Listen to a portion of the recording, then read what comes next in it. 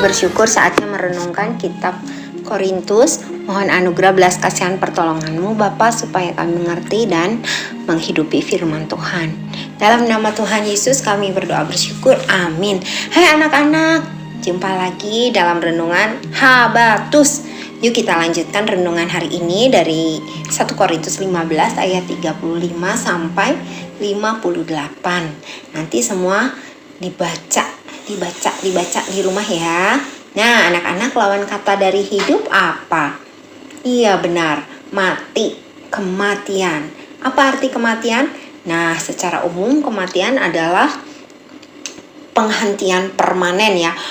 Jadi itu berhenti selama-lamanya fungsi biologis yang paling penting, yaitu jantung dan otak. Itu menandakan berakhirnya kehidupan fisik atau jasmani kita. Nah, proses kematian adalah hal yang pasti dialami oleh semua orang. Kematian itu pasti, hanya saja waktunya kapan kita tidak tahu. Banyak orang memiliki pengertian atau pandangan yang berbeda-beda tentang kematian.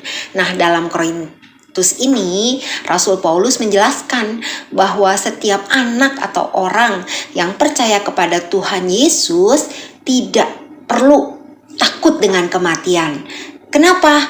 Karena Tuhan Yesus sudah mengalahkan kematian, sudah mengalahkan dosa, mengalahkan maut di atas kayu salib.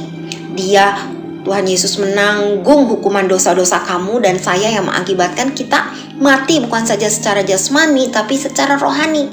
Tetapi Tuhan Yesus rela menanggung hukuman dosa-dosa kita di atas kayu salib. Dan Dia hidup dan bangkit, menang selama-lamanya. Jadi kita tidak perlu takut lagi terhadap kematian. Karena bagi kamu dan saya yang sudah percaya, kematian itu adalah kehidupan bersama Tuhan Yesus yang luar biasa. Nah, ini adalah berita yang besar. Rasul Paulus mengatakan dalam ayat 58, buat orang-orang yang sudah tidak perlu takut lagi tentang kematian, ada pesan yang penting sekali. Pesan apa ya? Yuk kita baca ayat 58.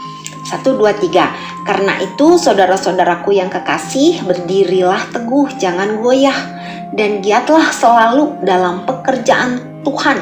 Sebab kamu tahu bahwa dalam persekutuan dengan Tuhan, jeripayahmu tidak sia-sia. Apa ini artinya? Artinya buat semua orang yang sudah percaya kepada Tuhan Yesus, sudah diselamatkan. Tidak usah lagi takut kepada kematian. Tetapi selama kamu dan saya diberi kesempatan untuk hidup di dunia ini, mari kita isi hidup yang penuh pengharapan ini dengan senang, menjadi pribadi yang jujur, penolong, taat. Meskipun kadang-kadang susah juga ya melakukan hal yang baik dan benar, tapi firman Tuhan mengingatkan jangan menyerah. Ketika melakukan hal baik dan benar, berdoa, baca Alkitab, beribadah, sekolah minggu, ingat bahwa Tuhan melihat semuanya. Tuhan melihat apa yang kita lakukan dalam kebenaran. Dan segala kebaikan yang dilakukan bersama Tuhan Yesus pada akhirnya akan menghasilkan hal yang terbaik, yang terindah. Puji Tuhan. Nah, buat anak-anak yang belum memiliki kepastian akan kehidupan setelah mengalami kematian, hari ini, sekarang juga, saat ini jangan tunda lagi, percayalah kepada Tuhan Yesus Kristus. Yohanes 14 ayat 6, kata Yesus kepadanya, akulah jalan dan kebenaran dan hidup, tidak ada seorang pun yang datang kepada Bapa kalau tidak melalui aku. Puji Tuhan. Mari kita berdoa. Bapa, kami bersyukur, kami terus diingatkan kebenaran firman Tuhan bahwa kematian bukanlah hal yang menakutkan, tetapi sesuatu yang indah karena kami akan hidup bersama dengan Tuhan.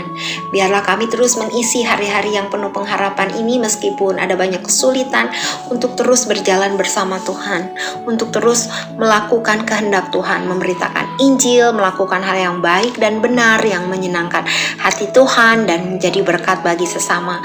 Ampuni jika kami masih terus melakukan pelanggaran. Berbelas kasihanlah ya Tuhan. Terima kasih. Dalam nama Tuhan Yesus kami berdoa bersyukur. Amin.